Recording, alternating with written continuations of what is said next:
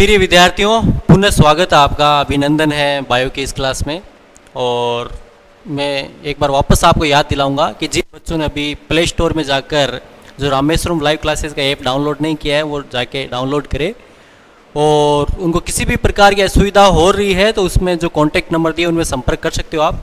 उसमें जाके आप जिसने डाउनलोड कर लिया वो अपना रजिस्टर करें वहाँ पे, और ताकि अपनी कंटिन्यूटी बनी रहे, क्योंकि आगे की अब जो क्लासें हैं उसी ऐप के माध्यम से आप। तो आज अपन आगे बात करते हैं। जो पिछली कक्षा में अपन ने बात करी थी, कोशिकांग की बात कर रहे थे, तो कोशिकांग के अंदर अपन ने कोशिकांग के प्रकार की बात करी कि कोशिकांग झिल्ली के आधार पर कितने प्रकार के होते हैं। दोहरी झिल्ली युक्त कोशिकांग, एकल कलाबद्ध कोशिकांग, कला रहित कोशिकांग और अन्य जो कुछ संरचनाएं थी उनके बारे में बात की, जो अपन ने एक टेबल बनाई थी। उसके बाद अपने माइटोकॉन्ड्रिया को पढ़ा था, माइटोकॉन्ड्रिया के बारे में संरचना की बात करी थी, माइटोकॉन्ड्रिया के कार्य क्या होते हैं, माइटोकॉन्ड्रिया की संरचना किस प्रकार की थी। आज अपन जो आगे का जो कोशिकांग की बात करते हैं, जो नेक्स्ट जो कोशिकांग है वो अपना आता है लवक, है ना, प्लास्टिड्स।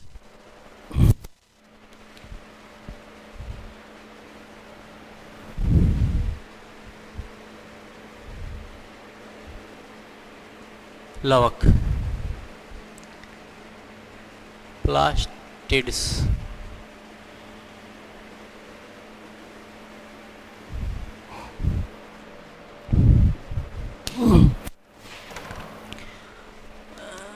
ये यूकेरियोटिक कोशिका में पाए जाने वाले कोशिकांग है, और इसकी जो खोज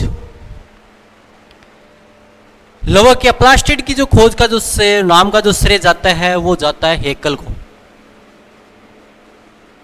ये वही हेकल है जिसने त्रिजगत सिस्टम दिया था, थ्री किंगडम सिस्टम दिया था। तो इसकी जो लवक की बात करें, लवक का जो खोज की और नामकरण की जो बात आती है वो हेकल ने दी थी। हेकल ने इन्हीं को खोजा था सर्वप्रथम, लवक को, और उसको प्लास्टिड नाम दिया था। किसने दिया था? हेकल ने। तो इसके बाद जो दूसरा जो साइंटिस्ट आता है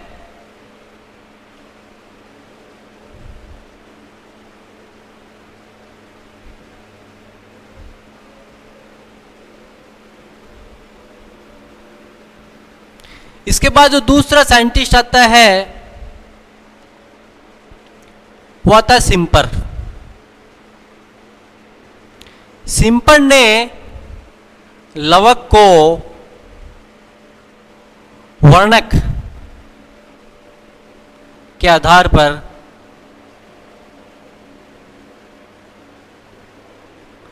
तीन भागों में बांटा। कितने भागों में बांटा? 3 भागों में बांटा। और सिम्पर ने ही, एक और मुख्य बात है, सिम्पर ने हरित लवक नाम दिया, तो आगे भी बात करेंगे। सिम्पर ने ही जो हरे रंग के लवक है तथा जो प्रकाश करते हैं, संश्लेषण करने वाले लवकों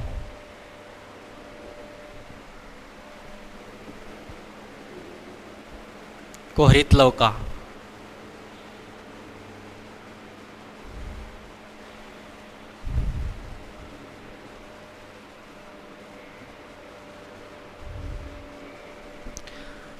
कहा। सिम्पर ने लवक का आगे वर्गीकरण भी किया, अभी पढ़ेंगे। वर्णक के आधार पर, पिगमेंट्स जो इनके अंदर प्रेजेंट है उसके आधार पर इन वर्णकों को आगे विभाजित किया। और एक मुख्य बात आती है, वो मैंने इसलिए यहीं भी डिस्कस कर दी कि सिम्पर ने ही हरित लवक जो नाम दिया था सिम्पर ने ही दिया था।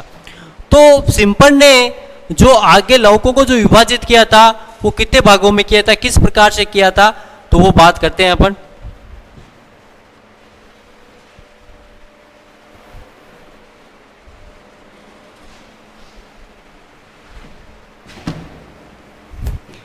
सिम्पर ने लवकों को 3 भागों में तोड़ा। अवर्णी लवक,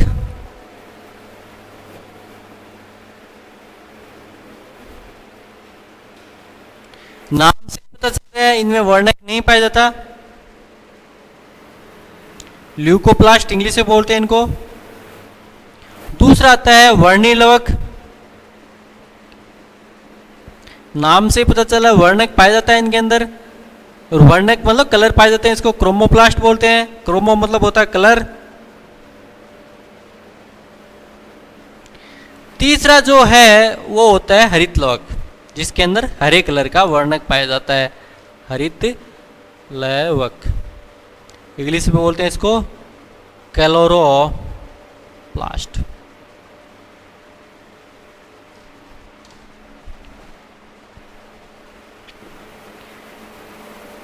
अब बात करते हैं अवर्णीय लवक की। तो अवर्णीय लवक वो लवक हैं जिनमें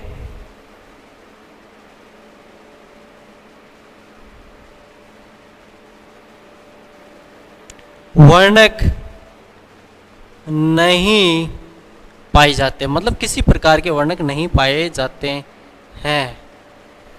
यह है प्रकाश संश्लेषण में भाग नहीं लेते हैं।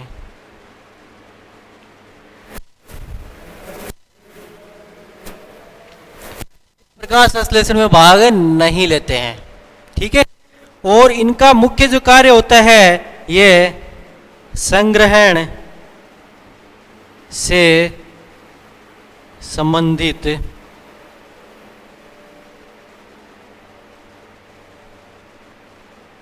होते हैं।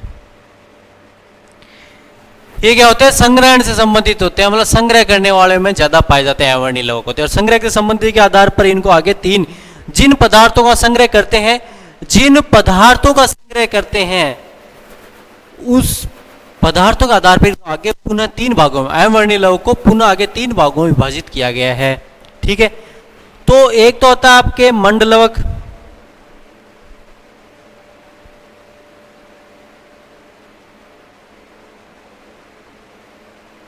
एमाइलो प्लास्ट। दूसरा आता है आपके तेलद लवक,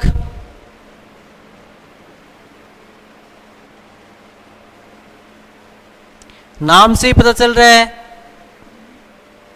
इलियोप्लास्ट इंग्लिश बोलते हैं। अब बताएंगे आपको क्या है ये। उसके बाद तीसरा जो आता है वो आता है आपके प्रोटीनोप्लास्ट।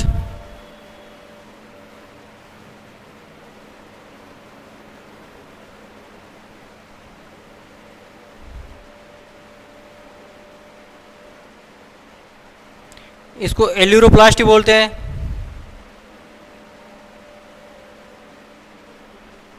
देखो है ना, अवर्णीय लवक जो ल्यूकोप्लास्ट होते हैं उनको उनके जो संग्राहक पदार्थ है जिसको संग्रह करते हैं उसके आधार पर पुनः तीन भागों में डिवाइड किया गया है। कितने भागों में? तीन भागों में डिवाइड किया गया है। कैसे? देखिए, मंडलवक एमाइलोप्लास्ट जो स्टार्च का संग्रह करते हैं, किसका संग्रह करते हैं? स्टार्च का। मंड मतलब स्टार्च का संग्रह करते हैं। इसका अच्छा एग्जाम्पल क्या है? आलू। आलू के अंदर होता है जो स्टार्च बहुत मात्रा में पाया जाता है, आलू।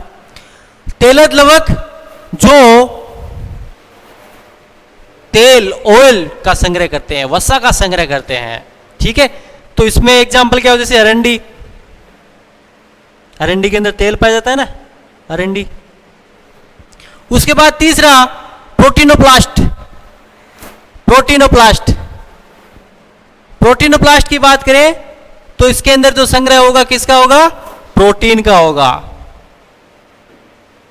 प्रोटीन का होगा। और प्रोटीन के लिए किसे? मक्का। मक्का के अंदर आप पता है एक बीजपत्री एल्यूरोन परत पाई जाती है इसके अंदर, है ना।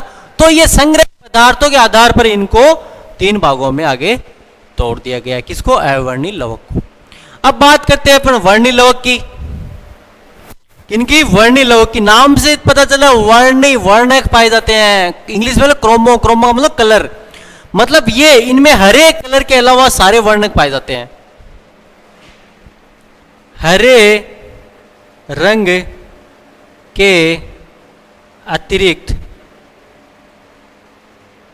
सभी रंग पाए जाते हैं या वर्णक पाए जाते हैं? सभी वर्णक पाए जाते हैं। सभी वर्णक पाए जाते हैं हरे रंग के अलावा। तो इसकी वजह से क्या होता है, जो दल होते हैं, पुष्पों के दल होते हैं, वो रंगीन होते हैं। वो रंगीन होते हैं, रंगीन क्या करें, कीटों को आकर्षित करेंगे, कीटों आकर्षित करेंगे, परागण में मदद मिल जाएगी। इसी कारण से क्या होते हैं, जो फल भित्ति होती है ना, क्रोमोप्लास्ट के कारण ही, वर्णिलवक के कारण ही क्या होता है, जो फल भित्ति होती है वो रंगीन होती है, किसी की लाल होती है, किसी की पीली होती है ना। जो फल भित्ति है उसका कलर होता है वो इस वर्णिलवक की वजह से ही होता है। और इस कलर की वजह से क्या होता है, जो फूलों का कलर होता है वो आकर्षित करता है, और जो फलों का कलर होता है वो भी एक अट्रैक्टिव कलर प्रदान, उनको आकर्षण कलर प्रदान उनको करता है। अब इसके आता है हरित लवक। इनमें हरे रंग के वर्णक पाए जाते हैं।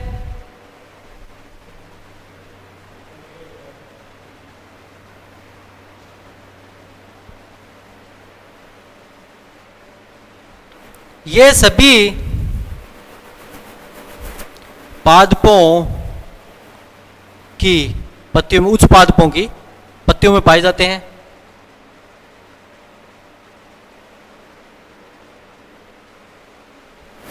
और ये प्रकाश संश्लेषण की क्रिया में भाग लेते हैं। तो ये था लवक की बात है ना। प्लास्टिड की बात है, और प्लास्टिड के बारे में अपन ने बात करी कि प्लास्टिड को वर्णक के आधार पर 3 भागों में तोड़ा था। अवर्णिलवक, ल्यूकोप्लास्ट जिन्हें वर्णक नहीं पाए जाते, और उन्हें खाद्य पदार्थ संग्रह किए जाते हैं। खाद्य पदार्थ संग्रह के आधार पर 3 प्रकार के, तो एमाइलोप्लास्ट, इलियोप्लास्ट और प्रोटीनोप्लास्ट। उसके बाद आता है वर्णिलवक। ठीक है, ये वर्णिलवक है। तो वर्णिलवक की बात करें तो वर्णिलवक के अंदर क्या होता है, वर्णक पाए जाते हैं। हरे रंग को छोड़कर सारे वर्णक पाए जाते हैं। इसी कारण फलों का रंग होता है, इसी कारण जो फल भित्ति होती है वो रंगीन होती है ना।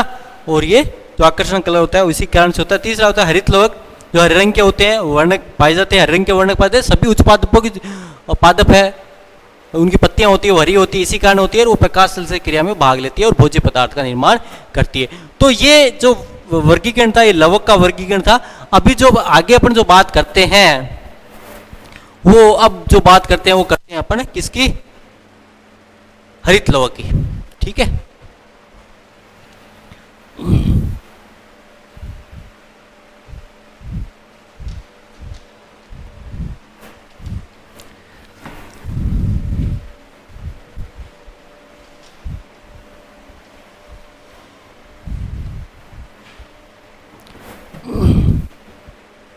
अब बात करते हैं हरित लवक, क्लोरोप्लास्ट।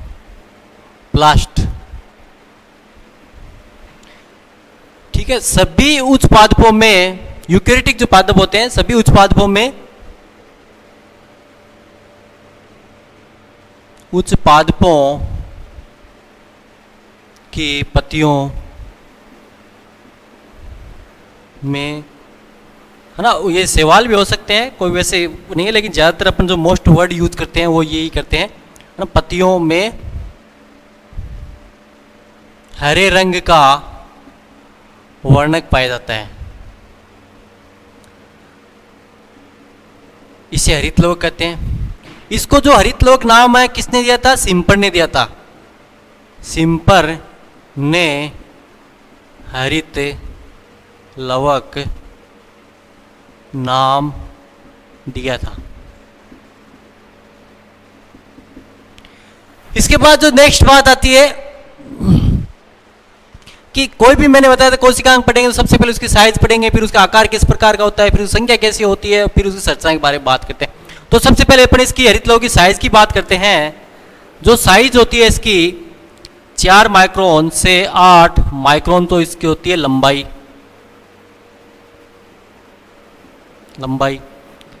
फिर चौड़ाई की बात करें, जो चौड़ाई जो इसकी होती है वो होती है 2 माइक्रोन से 4 माइक्रोन। अब आकार की बात करें, इसका भाई आकार किस प्रकार का होता है, तो आकार की बात करें तो उच्च पादपों में अंडाकार,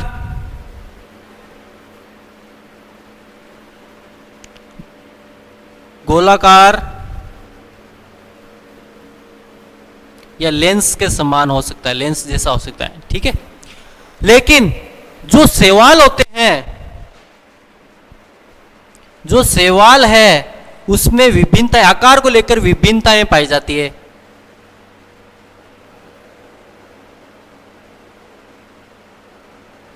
विभिन्नताएं पाई जाती है। शैवाल है, शैवालों के अंदर, एल्गी के अंदर इसको आकार को लेकर विभिन्नताएं पाई जाती है। कैसे कि इनमें कुछ में किस प्रकार का होता है, कुछ में कैसे होता है। जैसे देखो प्याले नुमा, प्याले के समान, जो क्लेमाइडोमोनास जो शैवाल है उसके अंदर होता है।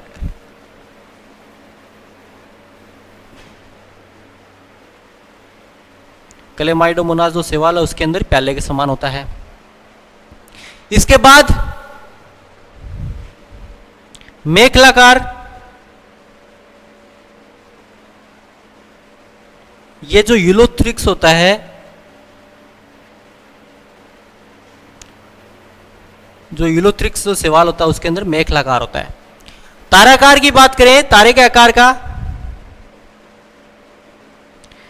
जिग्निमा, जो जिग्निमा शैवाल होता है उसके अंदर तारे के आकार का होता है। फिर सर्पिलाकार,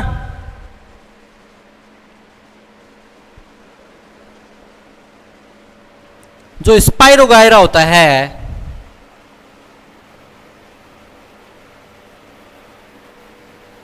स्पाइरोगायरा होता है उसके अंदर ये सर्पिलाकार होता है। तो ये विभिन्नता है शैवाल के अंदर, जो कुछ विभिन्नताएं हैं इसके आकार को लेकर हरित लवक के, वो इस प्रकार से है। आप इसका स्क्रीनशॉट ले लो या आप लिख लेना, नोट्स बना लेना। तो इस प्रकार से आपको याद रखना है कि कई बार क्वेश्चन बन जाते हैं, बताओ पहले नुमा किसमें जो हरित लवक पाया जाता है, मेखलाकार हरित लवक किस में पाया जाता है, ऑप्शंस मिल सकते हैं आपको। तो आपको सिलेक्ट आउट करना है किस में पाया जाता है। मेखलाकार यूलोथ्रिक्स में पाया जाता है, पहले नुमा क्लेमाइडोमोनास के अंदर पाया जाता है, ताराकार जिग्निमा के अंदर पाया जाता है, और सर्पिलाकार जो होता है स्पाइरोगायरा के अंदर पाया जाता है। इसके बाद अपन आगे की जो बात करें तो इसकी बात करते हैं संख्या की।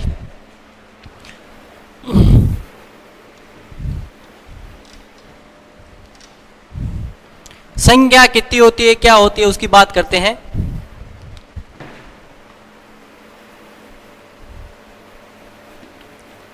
जो उच्च पादप होते हैं,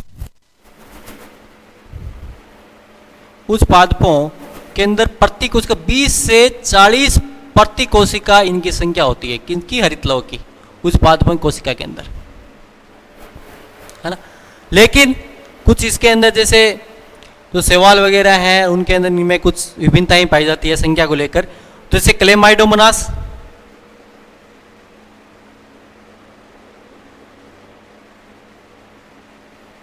उसके अंदर एक पाया जाता है प्रति कोशिका, एक जो हरित लवक वो पाया जाता है।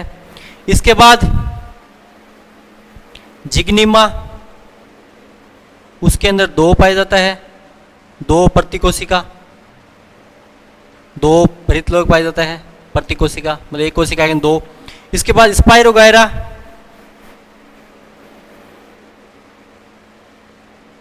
स्पाइरोगायरा की बात करें तो इसके अंदर 2 से लेकर 14 तक प्रति कोशिका हरित लवक पाए जाते हैं। तो ये कुछ संख्या भी है जिनमें इनमें विभिन्नताएं पाई जाती है, वो भी अपन को याद रखनी है ना, इस प्रकार से। अब आगे जो इसमें आगे चलते हैं तो इसमें आगे की जो बात आती है वो आती है इसके संरचना की, भाई किस प्रकार की इसकी संरचनाएं होती है।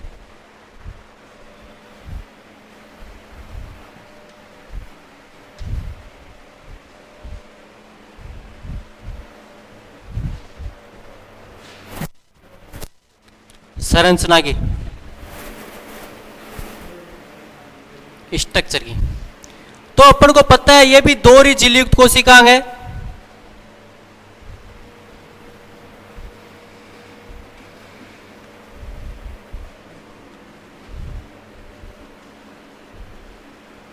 ये भी दोहरी झिल्ली कोशिकांग है। ठीक है, इसके संरचना की बात करते हैं। इसकी संरचना के अंदर दोहरी झिल्ली से परिबद्ध जो तो तंत्र पाए जाते हैं, 2 प्रकार के तंत्र इसमें पाए जाते हैं। इसके तंत्र की बात करते हैं, इसके अंदर 2 प्रकार के सिस्टम पाए जाते हैं। एक तो होता है ग्रेना, ठीक है, एक होता है ग्रेना, दूसरा होता है पीठिका या स्ट्रोमा। 2 प्रकार के तंत्र इसके अंदर झिल्ली से परिबद्ध, अपन बात करेंगे झिल्ली है, झिल्ली से परिबद्ध इसमें 2 प्रकार के तंत्र इसमें पाए जाते हैं। एक होता है ग्रेना और दूसरा होता है पीठिका या स्ट्रोमा।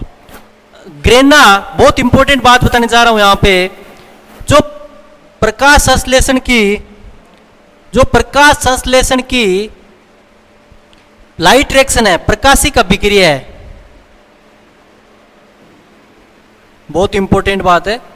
प्रकाशिक जो अभिक्रिया है वो यहीं पे होती है। इसके बाद इधर की बात करें, पीठिका के अंदर जो प्रकाश संश्लेषण की अप्रकाशिक जो डायरेक्ट रिएक्शन होती है, अप्रकाशिक अभिक्रिया है, वो इसके अंदर होती है। ठीक है, पीठिका के अंदर होती है डायरेक्ट रिएक्शन, और जो लाइट रिएक्शन है वो इसके अंदर होती है।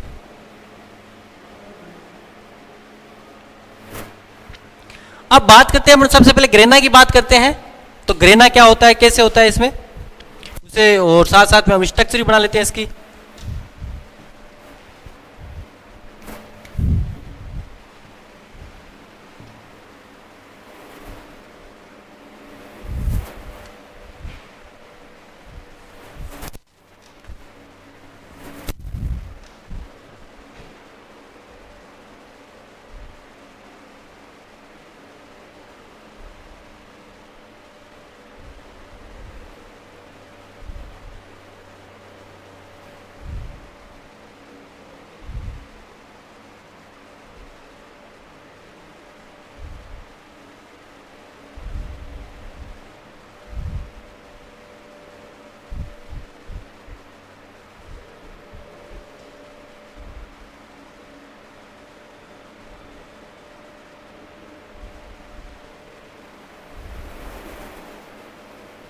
ये दोहरी झिल्ली से परिबद्ध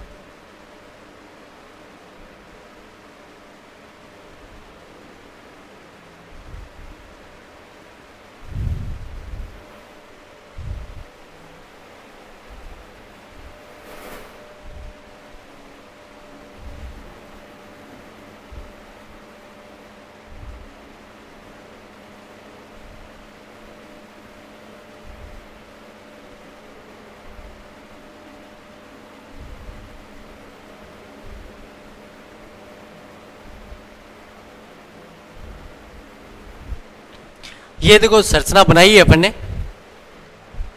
दोहरी झिल्ली से परिबद्ध कोशिका है, बाह्य झिल्ली आंतरिक झिल्ली, और बाह्य झिल्ली आंतरिक झिल्ली के बीच में जो स्थान पाया जाता है उसको बोलते हैं पेरिप्लास्टिडियल स्पेस। ठीक है, उसके अंदर ये अंदर जो परिबद्ध स्थान होता है 2 भागों में विभाजित होता है, अपन होता है ग्रेना और स्ट्रोमा, है ना। तो सबसे पहले अपन बात करते हैं ग्रेना की। ठीक है, तो अपन इसकी अंदर की बात करें, इसके जो अंदर आधारी भाग है इसके अंदर झिल्ली या तस्त्री नुमा कुछ संरचनाएं पाई जाती है, उनको क्या बोलते हैं, थाइलेकोइड्स बोलते हैं। तस्त्री नुमा संरचनाएं पाई जाती है उनको क्या बोलते हैं, थाइलेकोइड बोलते हैं, थाइलेकोइड बोलते हैं। ठीक है, और थाइलेकोइड एक के ऊपर एक व्यवस्थित होकर, थाइलेकोइड एक के ऊपर एक व्यवस्थित होकर, जैसे सिक्कों को अपन जैसे सिक्कों की मीनार बनाते हैं, जो अपने सिक्के होते हैं, सिक्कों को ऐसे एक के ऊपर एक जैसा कि जैसे अपन अरेंज करके जो मीनार बनाते हैं, उस प्रकार से ये जो थाइलेकोइड्स होती है एक के ऊपर एक अरेंज होके जो संरचना बनाती है उसको क्या बोलते हैं? ग्रेना बोलते हैं, है ना। एक जो हरित लवक है उसके अंदर 60 से लेकर, याद रखना 40 से लेकर 60 तक ग्रेना पाए जाते हैं। बहुत इंपॉर्टेंट बात है। एक हरित लवक के अंदर 40 से लेकर 60 तक ग्रेना पाए जाते हैं, ठीक है। और प्रत्येक ग्रेना के अंदर 10 से लेकर 100 तक थाइलेकोइड पाई जाती है। एक ग्रेना के अंदर कितनी थाइलेकोइड है? 100 से लेकर 10 से लेकर 100 तक जो थाइलेकोइड्स है वो पाई जाती है ग्रेना के अंदर, इस प्रकार से। तो ये ग्रेना है। और ग्रेना के अंदर, ग्रेना किससे बना है? थाइलेकोइड के व्यवस्थित होने से, थाइलेकोइड्स के व्यवस्थित होने से क्या बना है? ग्रेना बना है, ठीक है। और एक हरित लवक में 40 से लेकर 60 तक ग्रेना पाए जाते हैं। और एक ग्रेना के अंदर 10 से लेकर 100 थाइलेकोइड्स पाई जाती है। और थाइलेकोइड्स के अंदर, जो थाइलेकोइड्स होती है उसके अंदर एक सूक्ष्म कण पाया जाता है, इसको क्या बोलते हैं? क्वांटोसोम बोलते हैं, याद रखना है ना। जो ये थाइलेकोइड्स है इनके अंदर सूक्ष्म कण पाए जाते हैं, थाइलेकोइड्स इनके अंदर सूक्ष्म कण पाए जाते हैं, इनको क्या बोलते हैं? क्वांटोसोम बोलते हैं। क्वांटोसोम जो नाम है ये पारक तथा बिगिन ने दिया था, याद रखना। ये भी पारक तथा बिगिन ने नाम दिया था। क्वांटोसोम हरित लवक की, बहुत इंपॉर्टेंट बात है यहां पर याद रखना, क्वांटोसोम हरित लवक की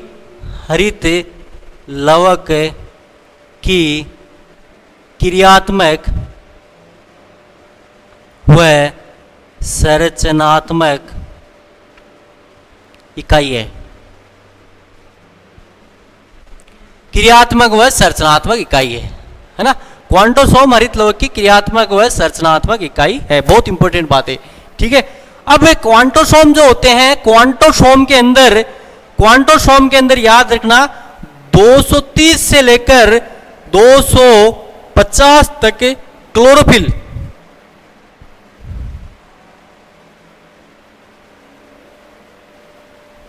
के अणु पाए जाते हैं, याद रखना, है ना।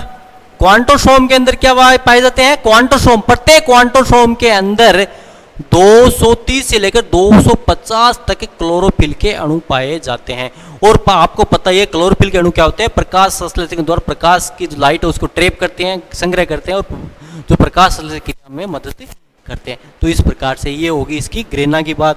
अब बात करते हैं इसकी पीठिका की। पीठिका की बात करें,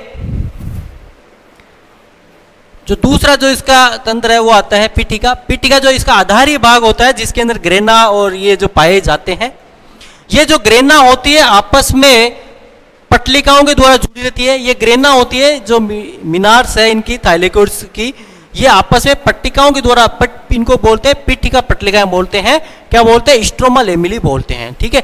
अब दूसरा आता है इसका स्ट्रोमा पार्ट या पीठिका। स्ट्रोमा जो आधारीय भाग होता है, इसके अंदर प्लास्टोग्लोबुली, इसके अंदर क्या क्या पाई जाती है?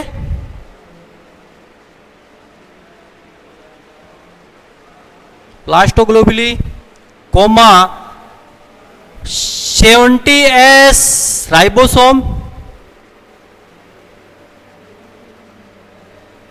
70S ribosome. अब 17S राइबोसोम, इसका मतलब क्या हो सकता है? ये प्रोटीन निर्माण अपना खुद कर सकता है, वो की वो बात माइटोकॉन्ड्रिया की तरह प्रोटीन संश्लेषण करता है, ठीक है।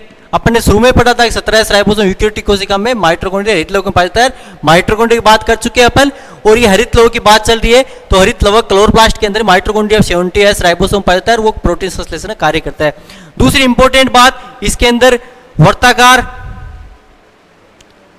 डीएनए पाया जाता है, और वर्ताकार डीएनए पाया जाता है। इसका मतलब क्या हो सकता है? इसमें प्रतिकृतिकरण की जो क्षमता होती है, रेप्लिकेशन की जो क्षमता होती है वो पाई जाती है।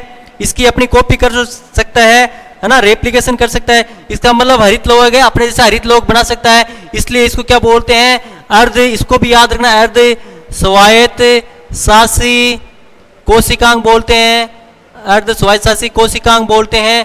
साथ साथ में इसको कोशिका के अंदर कोशिका भी बोलते हैं, क्योंकि इसकी उत्पत्ति इससे हो जाती है। कोशिका के अंदर कोशिका भी बोलते हैं इसको।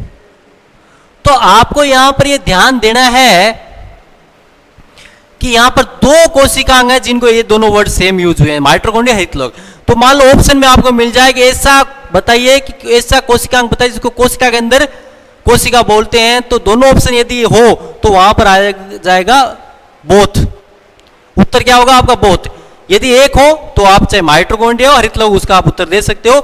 यदि दोनों आ जाते हैं, वहां माइटोकॉन्ड्रिया हरित लोग इस प्रश्न में दोनों पूछे जाते हैं, है ना, तो उसमें आपको दोनों जो ऑप्शन उत्तर देना है वो क्या लिखोगे, बोथ। ठीक है। इसके बाद करते हैं, इसके कार्य की बात करते हैं। वह हरित लोक है तो हरित लोक कार्य क्या क्या करता है।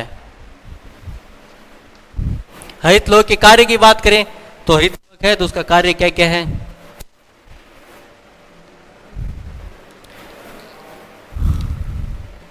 कार्य, तो कार्य की बात करें, पहला कार्य अपन को पता ही है कि इसके अंदर क्या पाया जाता है, हरित लोक के अंदर क्या होते हैं, क्लोरोफिल के अणु पाए जाते हैं। क्लोरोफिल के अणु क्या होते हैं, प्रकाश संश्लेषण क्रिया में भाग लेते हैं। प्रकाश संश्लेषण क्रिया द्वारा भोज्य पदार्थ जो पादपों के भोज्य पदार्थ है उसका निर्माण कर, भोज्य पदार्थ का निर्माण करते हैं। और आपको यहां पर यह भी पता है कि जो प्रकाश संश्लेषण की जो प्रकाशिक अभिक्रिया होती है वो तो कहां, ग्रेना के अंदर होती है, और अप्रकाशिक अभिक्रिया होती है वो कहां पे होती है, स्ट्रोमा के अंदर होती है। इसके बाद दूसरा, क्योंकि चूंकि अपन को पता है कि प्रकाश संश्लेषण क्रिया के दौरान जो प्रकाश संश्लेषण क्रिया होती है उसमें कार्बन डाइऑक्साइड की आवश्यकता होती है, तो ये क्या करते हैं, CO2 वातावरण से लेते हैं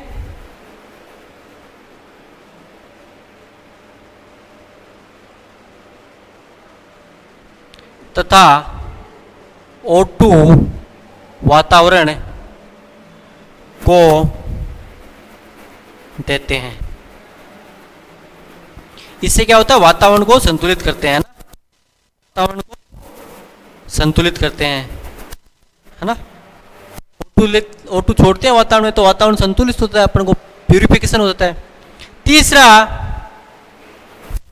हरित लवक और माइटोकॉन्ड्रिया प्रकाश अवशन में भी भाग लेता है। ये फोटो जो रेस्पिरेशन होता है जैसे माइटोकॉन्ड्रिया की तरह,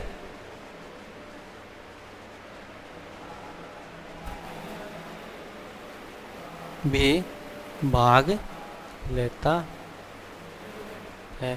तो ये इसके कुछ महत्वपूर्ण कार्य थे जो अपन ने डिस्कस किए।